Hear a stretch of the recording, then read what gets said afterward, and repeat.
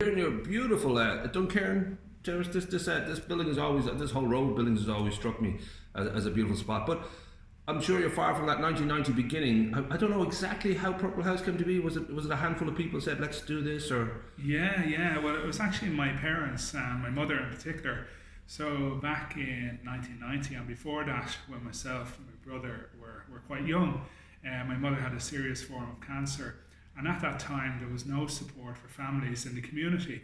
So the hospital care was very well looked after, but there was nothing after that. There was nothing for the family when they came home from hospital. There was nothing to help the children understand what's happening, to help the child to process their emotions, to help the family, I suppose, pick up the pieces again as a result of cancer. So thankfully she recovered, and as a result of that, she herself and my dad set up brain cancer support at the time, and that was the first community-based cancer support centre in Ireland. So there were some centres in the UK. So what they did, they went over to the UK, learned what was happening over there, brought the knowledge back, and Purple House was born, then brain cancer support. And it just grew and grew and grew, an unmet need, and that was 31 years ago. I think it's a wonderful, wonderful thing to put yourself forward for there's no real kind of easy option here. You don't know exactly what to do, and you know it's going to be a lot of work just to get the wheels turning. So I wonder whether your parents, if you know, whether they had like it was a hard struggle, or whether, given the fact that this was such good work or was so important, that just sort of was the main kind of energy. It didn't really matter what was in their way. Well, I think that they're incredible people, and I think their passion and desire really was to ensure that no other family would have to go through what we went through, that no other family felt alone, so they really just put the head down and went for it, and people followed, people came on board and said, yeah, we want to help now as well. And it's only been in the last few years that the whole psychological support and the psychosocial support and the work of cancer support centres is included now in the National Cancer Strategy. So now they're understanding, yes, we need the medical side, but also then we need the emotional, practical well-being, and it's a full picture and it's a full holistic model, let's say, for cancer patients. Now, did the purple come in? I know that the sort of charity shop is purple. I don't know whether there was a certain reason, let's go with Purple House. Yeah, so our colour and our t-shirts and our branding was always purple. So, and as a result then, when our catchment area grew beyond Bray, it was a natural fit. People always sort of looked at, where's your purple t-shirts, and the house then is the homely atmosphere that people can come into, so and it also made it a lot easier for kids using the service.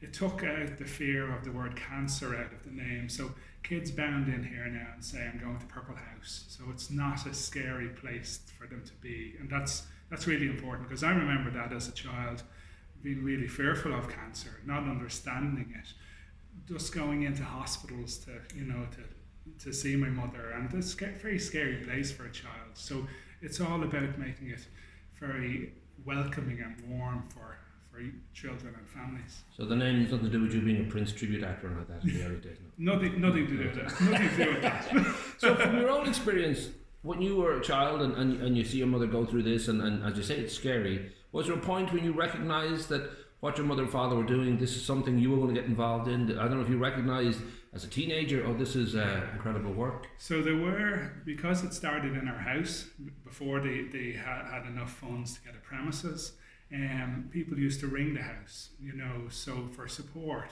So I remember being a young teenager, and the house phone, this was when we had house landlines at home, and I'd pick up the phone not knowing whether it was going to be my granny or somebody.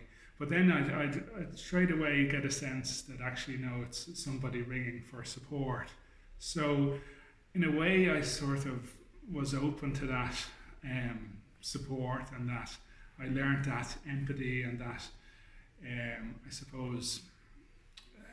well, your instincts would have started to develop in a way that you knew what the situation needed almost immediately. And it was it was just always around us, I think, so we just absorbed it really, So there's never any question, I don't know, in your mind that you would get involved. I mean, it would be obviously the family business almost that you either can, you know. Well, yeah, well, I went to, so I graduated from college then went out to work in other places, worked with children with autism, became a social care worker, and then after a period of time, about 10 years out in the workplace, I came to work full time at Purple House and brought that experience then here to Purple House. And Well, yeah. I'm guessing you'd know, and your family would know more than anyone else, just the toughness of the COVID impact, not only the actual virus, but the knock-on effect it has for other, hospital treatments, and I know many people aren't going for the treatment that they would normally have gotten because of the backlog now, because of the danger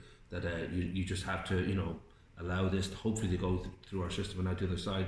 That has been very, very, I would imagine, devastating for a lot of families to cope with the delay and the sense that they're not moving forward. Yeah, and the anxiety of a cancer diagnosis and the fear and the uncertainty is pretty traumatic. And then when you add the layer of COVID on top of that, it just adds a whole other layer, of anxiety and fear and worry. So we quickly adapted, to ensure that families were supported during that time. Pretty much overnight, in the space of a couple of weeks, we put all of our services online. Our team here were fantastic. They really equipped themselves to learn how to use the technology and Zoom and Teams and other methods to ensure that there was a link there with patients. And now we have people logging in and zooming in to our counselling programs, to our survivorship programs from all over the country. Well, that's it. Like you've got a world stage. You're not limited. That you can actually reach people in their homes, and they don't have to physically come all the way to Bray. They can live in Skibbereen, anywhere. That's it. And this is the whole era of telehealth, and it forced us into that much quicker. We would have been talking about maybe going into telehealth, but it would have taken years. And COVID, I think, did us all a favour. It showed us that it can work. There can be a dual model there. Obviously, people will still need to physically come in for their services, but there is another cohort there that are well used to Zoom and quite comfortable with that. So it's broadened the reach, and it's shown us a new way of supporting people. Of course, what hasn't changed is the need for funding, and that's been a particularly tough time for all charities to sort of be not able to have any kind of traditional gathering of whether it be a run or darkness and light. All these various different kind of have had to either rethink it or, unfortunately, in some cases, just not do it at all. I mean, for you guys, that's obviously been the case too, that you've had to sort of think of new ways, if there are new ways to raise funds. Yeah. All of our fundraising events were all physical events, as you said there. They were mini marathons, runs, cycles, and that all stopped overnight. So what we found now is virtual events have really taken off. So people are doing their own runs, or they're doing 100-day runs and other 100-day swims and all other things. So again, people they wanted to keep going. They wanted to keep supporting charities. So they found new ways of fundraising. And of course, we always have to keep reinventing the wheel. Most fundraising events do have a life cycle, that they take a time to grow, they reach a peak, and then they start to peter off then, so we always have to be thinking of new events. And of course, that is a fun thing, because it gives people, a motivation and a targets and a little bit of, an idea of just being involved. And yet we should always remind people that in all these great charities like yourselves and there's lots of others, Lakers and all this, that just a simple donation can make a huge difference. That it is really just about keeping the show on the road and being able to provide a service, and that's something that I feel that people kind of almost wait for the event to sort of recognise. But of course, such great work like this, it's an easy thing to throw 5 or 10 or 20, whatever you can afford. And this is a community centre, so we're managing this centre, and this building, this period, but our goal is that this building and this centre is going to be here long after we're here, so this Purple House is owned by the community, and it's been the community that has supported Purple House over the past 31 years. So this is much bigger than us. And as you say, so many people have been involved. you know, and everyone adds a little piece to the jigsaw, you know, and that's what makes the community centre the great centre it is. Everyone brings a skill, everyone contributes something, whether it's baking a cake for a cake sale, running a marathon, making a donation, or just simply giving their time to come in here and answer the phone or to support someone else. That all adds to the great jigsaw, you know, of Purple House, you know, and it wouldn't be the vibrant place it is if it wasn't for all of those. And I will say thousands of people, you know, over the 31 years, there's been so many people have been involved, and that enriches the organisation, and we really encourage people to reach out and get involved, you know. Well, I guess a big kind of moment in the Purple House history was the move from where Jigsaw are now. You are moved into this beautiful building, and it does seem like a forever home. It just has that.